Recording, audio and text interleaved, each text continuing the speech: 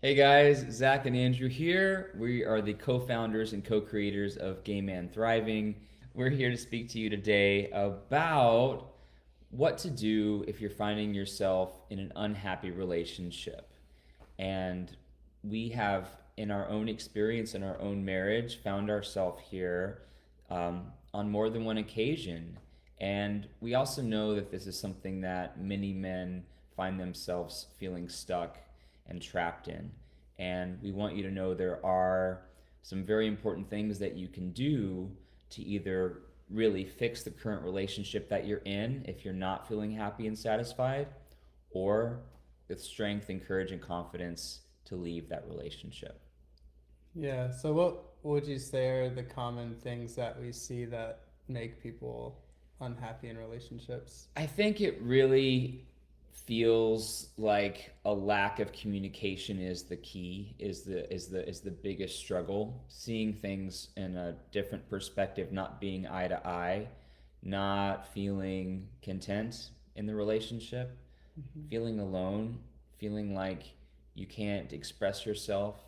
I also see a lot of one sidedness where I've talked to many gay men who feel like they are the ones who are making all the efforts to try to make things better, to try to communicate, to try to plan things to do together.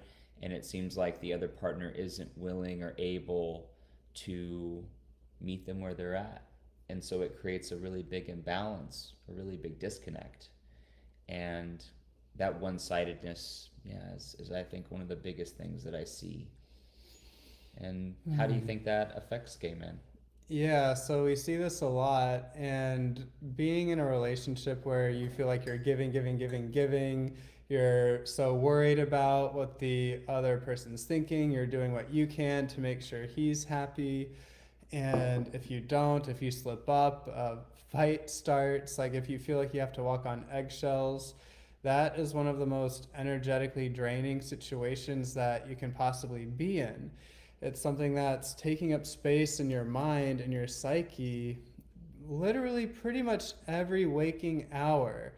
It's gonna at least be on the back of your mind. You're gonna know that, okay, I'm going home to this, or I gotta sleep next to this situation, and it's gonna exhaust you physically. It's gonna make it harder to focus on work. It's gonna make it more challenging to start new projects, to pursue other dreams that might not be exactly tied to your relationship. And I mean, it can even lead to physical sickness.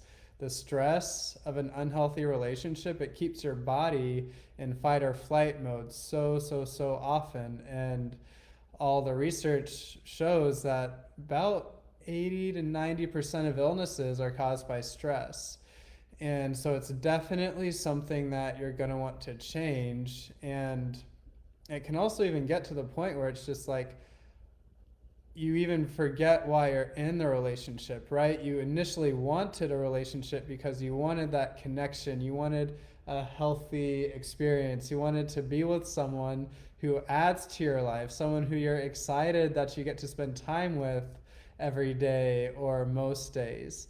And so often as the years go on in relationships, many couples don't feel that way anymore, where they're genuinely grateful to be able to experience love and connection with their partner. Yeah, it's so easy to fall into that complacency and to settle and to get in that comfort of just knowing you're in a relationship and that being the driving force to stay together. Because one thing that we see a lot and talk to so many gay men all over the world who describe being in these types of relationships much longer than they desired to be. We're talking 10, 20, 30, 40 years of staying in a relationship when they knew in the first few years that something didn't feel quite right, that they weren't as in love as they once were. And I think the biggest reason that men do stay in these types of relationships is because they rationalize, well, at least I'm not alone. At least I have a partner. Because gay men are the social group more likely to be single than any other category. And there's lots of reasons for this, and we speak about this in other videos and other trainings. But the thing is, when we're settling, we're living in a survival mode. And that's where so many relationships that might start out with that spark, that might begin with that passion and romance and excitement, can easily turn into just a roommate situation where there's a, you know, a dynamic of, well, we're living together, an energy of coexisting. And what we desire for each of you is to experience the type of passion and love and romance and excitement and even newness that you can feel long into a relationship. Something that Andrew and I, we've been together 6 years now, and it's something that we're still able to create. Have we had dips along the way? Absolutely.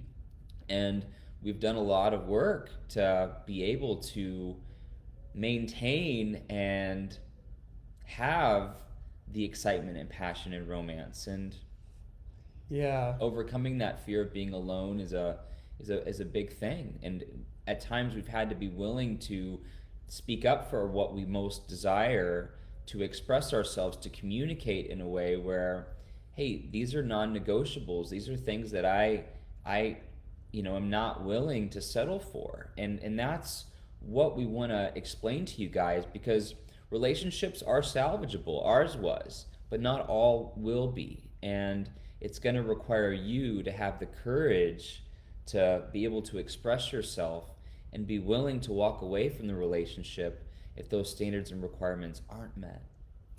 Yeah, and so it's twofold here because we see both ends of the spectrum. We see guys stay in relationships where it's very clear the healthiest, most loving thing for them to do is to leave the relationship.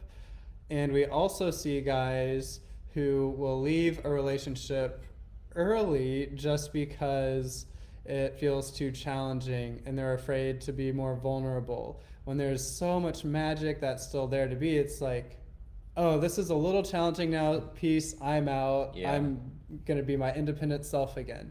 We see that as well. And that is not where you want to be either.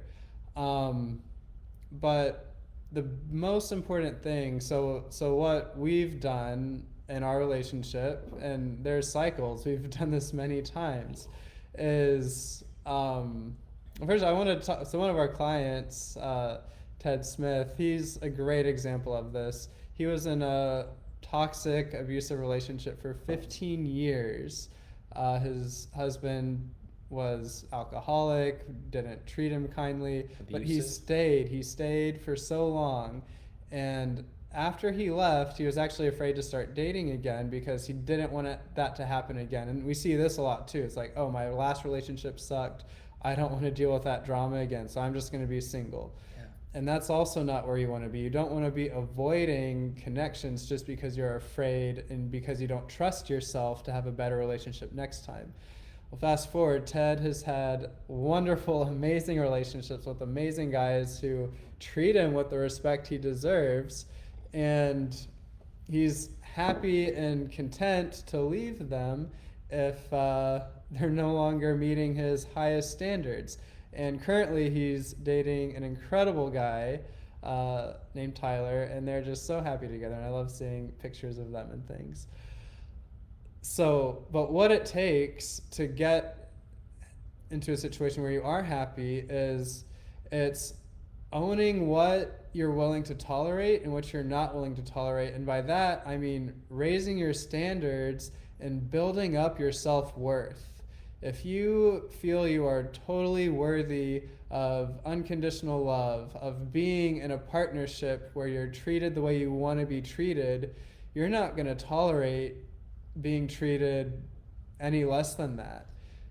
And what this looks like is setting healthy boundaries. I know a lot of gay men can really fall into that people-pleasing type of energy where they don't want to leave the relationship because they don't want to hurt the other person, but they're also lacking the courage and confidence to speak up for where they're not feeling satisfied, for where they're not feeling content. And so it's a matter of really trusting that the most loving choice that you can make for the entire world is the most loving choice that you can make for yourself. And if you're settling and you're not happy and you're tolerating more than you're capable of or that really serves you, you're not doing yourself or your partner any favors by staying in that relationship.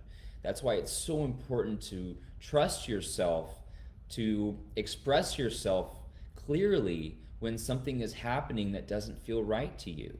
No one can argue with how you feel. There's a big difference between pointing fingers and blaming and being frustrated and angry and tit for tat bullshit. Trust me, Andrew and I have dealt with our fair share of that. But what we've learned is to express how you're feeling with I statements. I don't feel happy when this is something that happens. I don't feel seen or heard when this is something that I observe going on. And being able to communicate these things is such an important process of maintaining that deep and loving connection. Our communication skills is why we're one of those couples that have had ups and downs along the way, but have maintained success and happiness and love because we're communicating when something feels off. And so it's trusting yourself to be able to have these conversations, and also being willing to not be in the relationship if those standards and requirements aren't met. Because this is your job, is to make the most of your life experience. And if you're finding yourself in an unhappy environment, it's your responsibility to do something about it.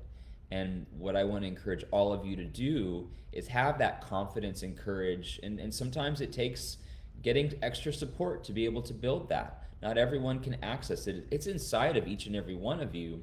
But this is something that we work with gay men all over the world to help them build and tap into. And that's confidence whether you're single or in a relationship. But what I really want to leave you guys with is hope, and knowing that the fear of being alone is not a reason to stay in a relationship. The fear of hurting someone else's feelings is not a reason to stay in a relationship. There's so much that can be done, but if you're hiding behind that fear, you're not going to express yourself, and you're not going to have the life that is as rewarding and loving and full of rich connections as possible. And so I know gay men are the social group most likely to be single, and that's a reason why we can think, well, I'm not happy in the relationship, but at least I have a partner. That's not the reason to stay. Right. And another reason to not stay in a relationship is just because you love the other person. And that's a big one we see a lot. They're like, well, I still love him. I still care about him. You can love them and care about them and not want to live with them, and also want to maybe live with somebody else eventually. Like, these are not reasons to stay. And it's hard, it's challenging, and you being in integrity with what your heart and soul is calling for, that's your job. And I love how Zach said it's your job to make the most out of your life experience. And if you're not happy, if you feel like you're settling, then it's so important that you start making it a priority to figure out what are the changes that need to happen in order to be happy. Yeah. And it takes both partners being willing to do that. That's one reason Zach and I have been able to be so successful and grow together through major, tremendous challenges that most people probably wouldn't imagine. It's true. And we both grow stronger as individuals on the other side of it. We grow stronger as a couple because we're willing to be brutally honest. We're willing to feel uncomfortable emotions, and we're willing to also have grace and give each other second chances. It's not like, oh, you screwed up this one more time, I'm out of here. Yeah, there's a lot to it, and I think we covered a lot of good things. I think so too. I'm so glad that you brought that up about, love not being the only reason to stay, because we can love people, but that doesn't mean we're required to be in a relationship if we're not feeling happy, if we're not feeling fulfilled, if we're not feeling satisfied. And the higher level work that we do with some of our one-on-one clients, some of our group coaching clients, is teaching them about energy. And the energy level closely associated with energetic attraction, one of our core programs, is recognizing that if you're not both winning in the relationship, then it's not serving you to stay. It doesn't make anybody good or bad. It's not about right or wrong. if it's not working, it's not working. And if you're both not feeling happy and satisfied and fulfilled, it's okay to love someone and not be in a relationship with them. So it's really important to understand the difference. And yeah, glad that we're able to share this with you guys. Hope this was helpful. Trust that this was helpful. And if anything we said resonated with you, yeah, definitely send us some comments and questions down below. We love helping gay men experience the type of fulfillment and joy and connection that we have in our relationship, despite the ups and downs, despite the moments where we're not seeing eye to eye. And learning how to have that connection is something that we all can experience, and we want for each and every one of you. Thanks for joining us, and we'll talk to you soon. Bye for now.